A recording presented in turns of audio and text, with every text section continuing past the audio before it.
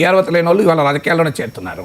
So అర్హత లేని వారికి రాజకీయాలు ఒక అర్హతగా మారిపోయాయి. మీకు ఒక ఇంట్రెస్టింగ్ జోక్ కాదు, రియాలిటీ చెప్తాను. కొన్ని దశాబ్దాల క్రితం జరిగింది, but it may perhaps B still valid. So ముగ్గురు ఫ్రెండ్స్ ఉంటారు, బాగా క్లోజ్ ఫ్రెండ్స్. అందులో ఒకరు చాలా ఇంటెలిజెంట్. ఆ ఇంటెలిజెంట్ అంటే ఇంటర్మీడియట్ తర్వాత ఐఐటీలో సీట్ తెచ్చుకొని అప్పటికి ఇంకా సాఫ్ట్వేర్ రాలే, ఉమ్మడి రాష్ట్ర chief engineer of irrigation department అయ్యాడు. సో అతను ఈ ఐఐటీలో చదివాడు, చాలా టాప్ ఇంటలెక్చువల్. అందువల్ల తన ఇంజనీరింగ్ పరిజ్ఞానంతో chief engineer of irrigation department అయ్యాడు. రెండవ అతను ఆ స్థాయిలో ఇంటలెక్చువల్ కాదు, అందువల్ల ఇంటర్మీడియట్ తర్వాత డిగ్రీ చేశాడు, పీజీ చేశాడు, కష్టపడ్డాడు. తర్వాత సివిల్ సర్వీసెస్ రాశాడు, ఐఏఎస్ సెలెక్ట్ అయ్యి ఆ ఇరిగేషన్ డిపార్ట్మెంట్కు సెక్రటరీగా వచ్చాడు.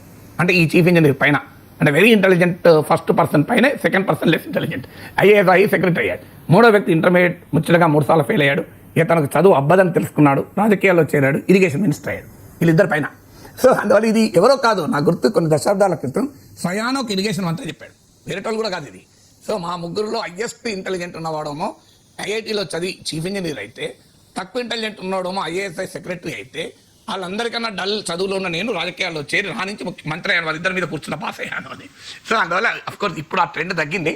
ఇప్పుడు ఐఐటీలో చదివిన వాళ్ళు కూడా రాజకీయాల్లోకి వస్తున్నారు, బాగా హైలీ ఎడ్యుకేటెడ్ కూడా ఇవాళ రాజకీయాల్లోకి వస్తున్నారు. ఒక పాజిటివ్ ట్రెండ్. కానీ రాజకీయాల్లో ఇప్పుడు మీరు గమనించండి, ఒక టీచర్ కావాలంటే బీఈడీ చేయాలి, టీటీసీ చేయాలి, ఓ నర్స్ కావాలంటే నర్సింగ్ కోర్సులు చేయాలి. మీరు ఆఖరికి అర్బన్ కంపెనీలో ప్లంబర్ కావాలన్నా, బ్యూటీషియన్ కావాలన్నా 4 రోజుల ట్రైనింగ్ ఉంటుంది.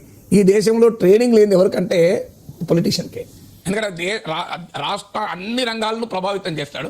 Absolutely zero training. మీకు ఈ పొలిటీషియన్కి ఏం ట్రైనింగ్ అని చెప్పండి? Zero training. అప్పుడప్పుడు రాజకీయ పార్టీలు పెట్టుకునే రాజకీయ శిక్షణ తరగతులు మినహా there is no training, there is no qualification. Unfortunately politician qualification ఏం లేదు. డబ్బు ఉండాలి, మేనేజ్ చేసుకోగలగాలి, కులాన్ని రెచ్చగొట్టాలి, మతాన్ని రెచ్చగొట్టగలగాలి, గ్రూపులు కట్టగలగాలి, ఇదైంది.